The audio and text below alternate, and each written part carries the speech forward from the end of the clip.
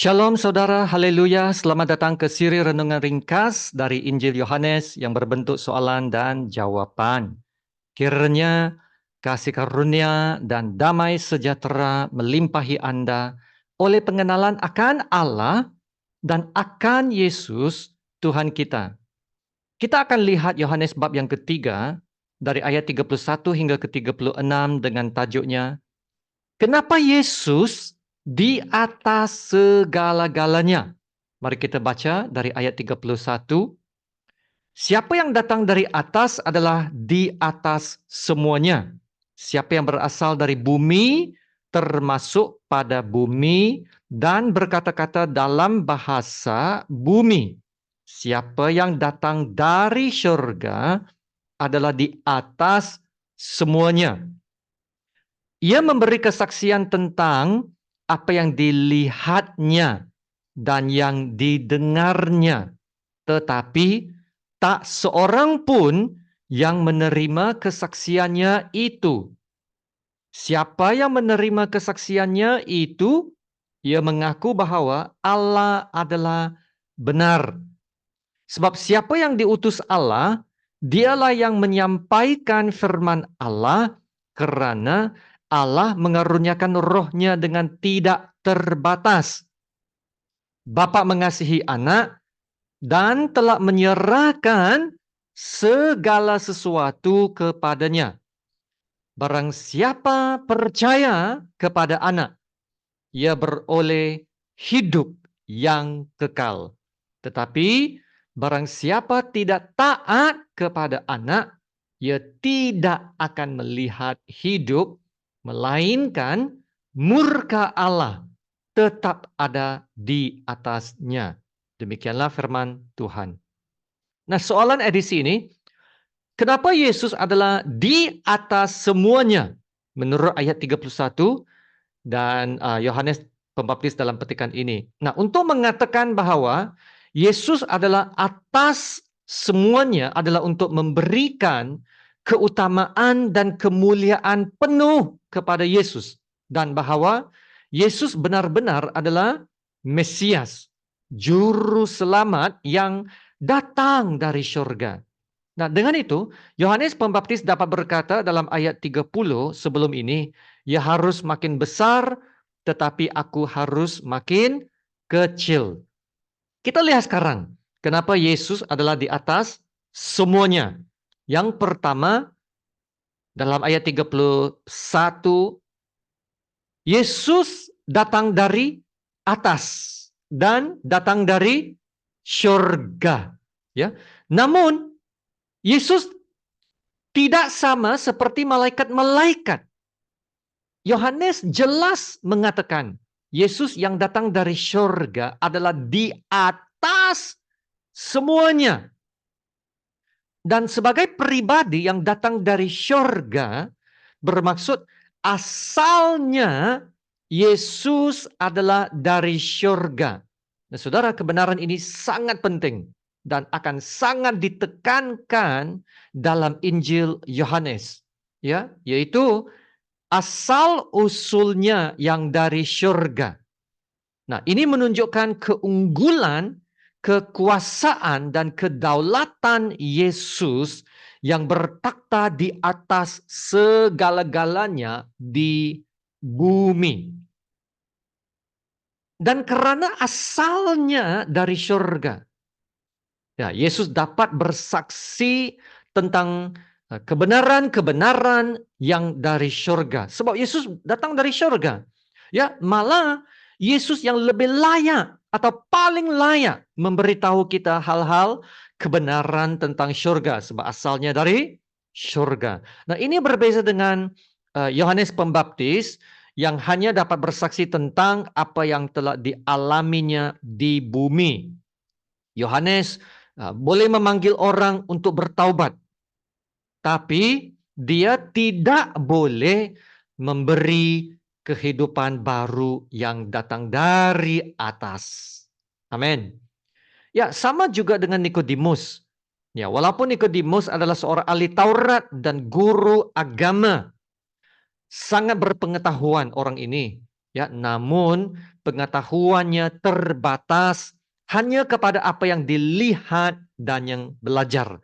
Nah, Yesus pula dapat menyatakan hal-hal syurgawi. Ya, menurut ayat 12 ini, dan dia dapat memberitahunya kepada Nikodemus bahwa ia harus dilahir kembali. Dan yang keduanya, kenapa Yesus ada di atas semuanya? Dalam ayat 34, Yesus berbicara dalam kepenuhan roh yang tidak terbatas. Ini menunjukkan Yesus lebih unggul dari nabi-nabi yang lain. Nah, nabi-nabi dalam perjanjian lama hanya menyampaikan apa yang diterimanya dari Tuhan. Ya, lagipun roh yang dianugerahkan Tuhan kepada mereka adalah terhad dan hanya untuk melaksanakan tugas yang tertentu. Nah, begitu juga dengan kita. Nah, kita memang telah menerima kepenuhan roh. Ya, benar. Dalam maksud roh Allah sekarang diam dalam kita.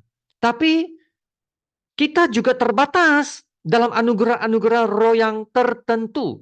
Nah, kita telah belajar dalam surat Roma bahwa kita mempunyai karunia yang berlainan menurut kasih karunia yang dianugerahkannya kepada kita. Ya, siapa kalau menurut Roma 12:6 ini lepas ayat ini berkata siapa yang mengajar, mengajar. Siapa yang memimpin, memimpin. Siapa yang bernubuat, bernubuat dan sebagainya.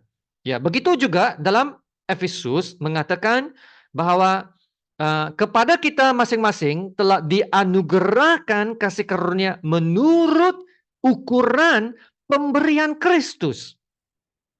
Ya, tapi tidak dengan Kristus Yesus. Ya, Yesus menerima kepenuhan roh yang tak terbatas. Yesus mempunyai kepenuhan kasih karunia di dalam Dia. Jadi Yesus itu adalah di atas segala-galanya dan Yesus dapat memberikan anugerah roh itu kepada kita. Dan yang ketiganya ayat 35. Yesus adalah anak yang dikasihi Bapa dan telah diberikan kuasa penuh oleh Bapaknya. Dan kuasa penuh ini menjadikan Yesus setara dengan Bapaknya dan berada di atas segala-galanya. Kesetaraan dengan Allah Bapa ya menunjukkan Yesus bukan sekadar manusia biasa, tetapi adalah ilahi, yaitu memiliki sifat-sifat Tuhan karena asalnya adalah dari syurga. Nah, keilahian Yesus ini akan banyak-banyak dinyatakan dalam Injil Yohanes ini. Ya, malah dari awal lagi ayat pertama, bab yang pertama, ayat yang pertama. Apabila Yohanes mengatakan bahwa Yesus adalah firman Allah dan firman Allah yang telah datang menjadi manusia dan diam di antara kita. Ya, Yesus itu adalah Allah. Jadi Yesus itu setara dengan Allah Bapa dan adalah di atas segala-galanya. Dan yang keempat ayat 36. Yesus adalah satu-satunya jalan keselamatan. Kekekalan hidup seseorang itu bergantung kepada sama ada ia percaya kepada Yesus atau tidak. Sekiranya percaya Yesus, seseorang itu akan memperoleh keselamatan kepada hidup yang kekal. Ya, sebaliknya, seseorang yang menolak Yesus harus menghadap kemurkaan Allah. Ya, jadi saudara, Yesus adalah di atas semuanya. Yesus adalah jawaban kepada hidup. Hidup yang sekarang dan yang akan datang. Yesus adalah yang terutama. yang harus ditinggikan dalam segala pelayanan, yang harus menerima segala keutamaan, penyembahan, dan kemuliaan. Haleluya. Ya, Yesus adalah yang harus disanjung dan ditinggikan. Karena dialah anak Allah di atas segala-galanya. Nah, itulah sebabnya Yesus harus makin besar dan kita harus makin kecil. Ya, mari sama-sama kita baca ayat 36 ini sekali lagi. Barang siapa percaya kepada anak, ia beroleh hidup yang kekal. Tetapi barang siapa tidak taat kepada anak, ia tidak akan melihat hidup, melainkan murka Allah tetap ada di atasnya. Maka saudara, jelaslah jalan keselamatan hanyalah melalui Yesus Kristus, Tuhan dan penyelamat. Ya, yang menyelamatkan kita dari murka Allah yang paling dahsyat. Jadi, buatlah pilihan yang tepat, mengikut Tuhan Yesus. Dan pilihan yang tepat mengikut Tuhan Yesus akan menghasilkan iman yang benar untuk hidup mentaati Yesus. Kalau Yesus benar-benar adalah di atas segala-galanya. Haleluya. Dan Roh Allah yang diam dalam kita akan bekerja dalam kita, mengajar dan membimbing kita supaya kita dapat bertumbuh dalam perhubungan dan pengenalan akan Tuhan Yesus. Haleluya. Ya saudara, inilah perjalanan hidup saya yang paling bahagia. Ya. Dan kami doakan ini juga akan menjadi kebahagiaan hidup Anda, yaitu dapat lebih mengenal dan mengasihi Tuhan Yesus yang ada di atas segala-galanya. Haleluya. Mari kita berdoa. Haleluya. Bapa kami yang di surga, Engkaulah Bapa yang kami sembah, kami puji, kami kasihi dalam Tuhan Yesus. Terima kasih Bapa, kami ada kesempatan hari ini untuk mendengar kebenaran firman-Mu. Kami dapat belajar tentang Yesus anak Allah yang dikasihi. Ya Bapa, apabila kami mengenal Yesus, kami dapat mengenal kebenaran. Kami dapat melihat terang yang telah melenyapkan segala kegelapan, yang membutakan pemikiran dan mata rohani kami. Terima kasih, haleluya. Kami dapat melihat kehidupan yang lebih bermakna apabila kami mengenal Tuhan Yesus.